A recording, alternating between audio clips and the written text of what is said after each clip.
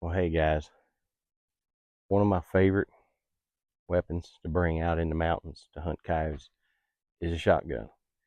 Any shotgun will do, but I prefer a semi-automatic shotgun or at least a pump. And you know, love hunting areas like this that are transition zones.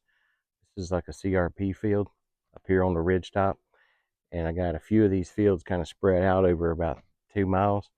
This is a great area that attracts coyotes. Everything that a coyote needs or wants to eat can be found in this fields like this.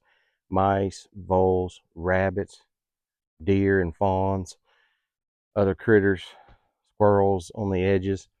Um, these little CRP fields up here were turned over by the soil was turned over by the Forest Service when they were up here logging, and they got huckleberries all down along this edge. There's black raspberries in different places all around this field. So transition zones like this, and especially clear cuts, are coyote magnets. And so I look for these on my hunting app to find out where I've got ridges that have these interspersed places. And I also like to have good water. 4/10 of a mile just down over the hill here, I got a sand spring, and we have a lot of those in the mountains of Virginia where I hunt. Just these little sand seeps they never go dry. They're super fresh water. There's a road down here that kind of runs away from the ridge here and kind of comes up to a gap in the mountains that goes out to the farmlands. There's a lake down there. There's a lake across this mountain over here. There's one over here. There's one on out. There's like 6 miles away. There's a lake. Over on the other side of the ridge here, on the shaded side, the north side, there's a great big river bottom down in there. And when the Forest Service comes up in here, they also dig out these little ponds. You know, about every other field they'll dig out a little pond. So areas like this are just great coyote magnets. But the problem is, uh, you don't know exactly where the coyotes are. And most people, we have all seen those videos where hunters are out in Oklahoma. I've hunted out there, Texas, Kansas, up in Canada. They're calling these coyotes up out of these river bottoms, and they're crossing the field for 400 yards. Well, here in the east, they just seldom do that. They'll do that at night, but when we're up here in the mountains, we're hunting in the daytime usually, and virtually I've never seen a coyote cross a field in the daytime. I have seen them skirt the edge of a field, and they'll hug that edge and respond by coming down an edge. So you want to get away from the mindset of a rifle hunter. A rifle hunter is going to want to sit up where they can see and see the entire field and whatnot, and they'll get real close to the field. The problem with that is uh, they're concerning themselves with seeing the entire field. So they'll get back in the woods 10 yards, but get up on a hump where they can see everything.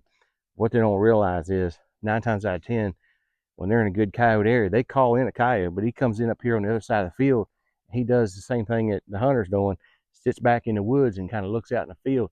And there the hunter is down there. He's sitting right on the edge, and he's watching this edge of the field. But then he wonders, is he going to come over here? Well, maybe he's coming over here. Is he going to come over here? And you're up there with your head on a swivel, and the coyote stops 10 yards back in the woods up there. He's trying to decide which way he wants to come around the field, and he's looking.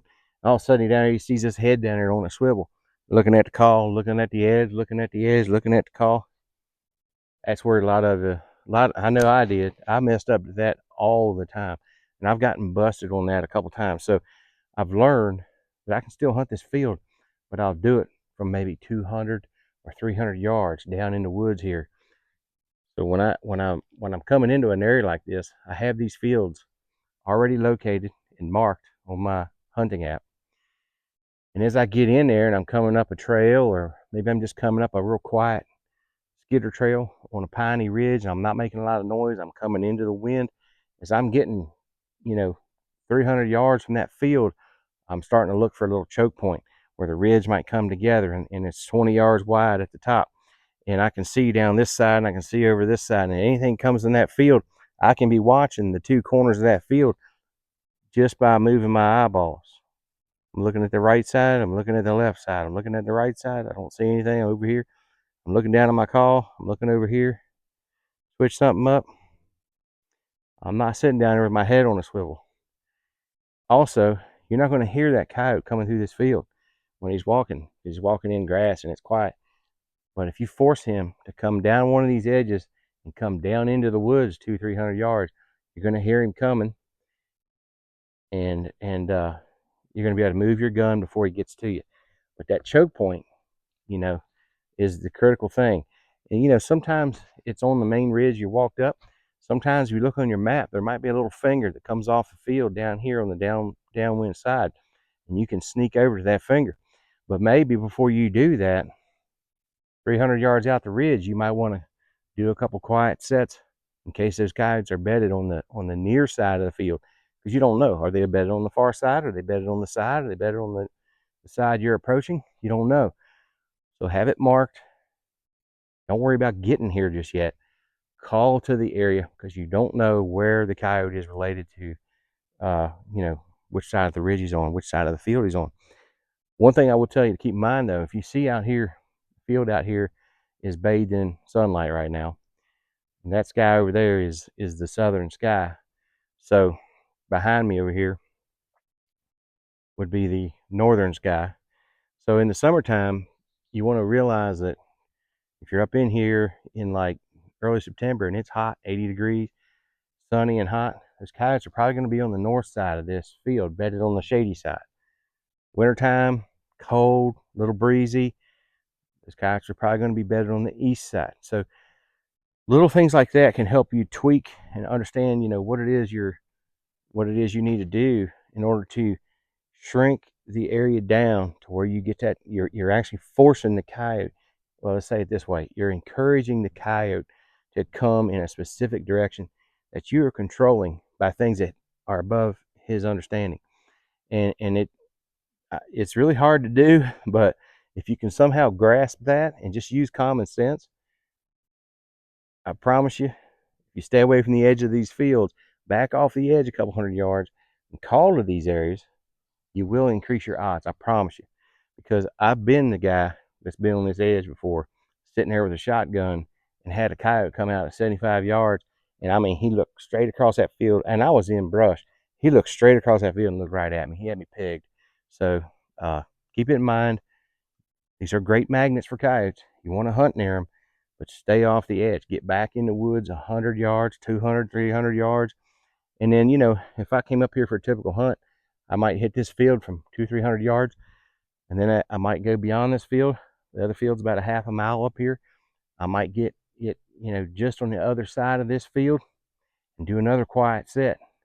And then as I approach that field, do another quiet set. I seldom have the call above 8 or 10 or 12 when I'm in areas where I'm not 100% sure where the coyotes are bedded. Now in fields and in clear cuts and on ridges where I'm 99% sure exactly where they're holed up, then I might stand off of them a little bit, find the right killing ground that consolidates their direction of travel into a small area. I might use a little bit bigger sound to get them over there. But you want to try to get as close as you can to them. 300 yards, 200 yards, 400 yards, maybe at the most, and then choose the ground so that you have the advantage, and boom, you got them. So hopefully that helps. Y'all have a good one, and we'll be back again. See you later.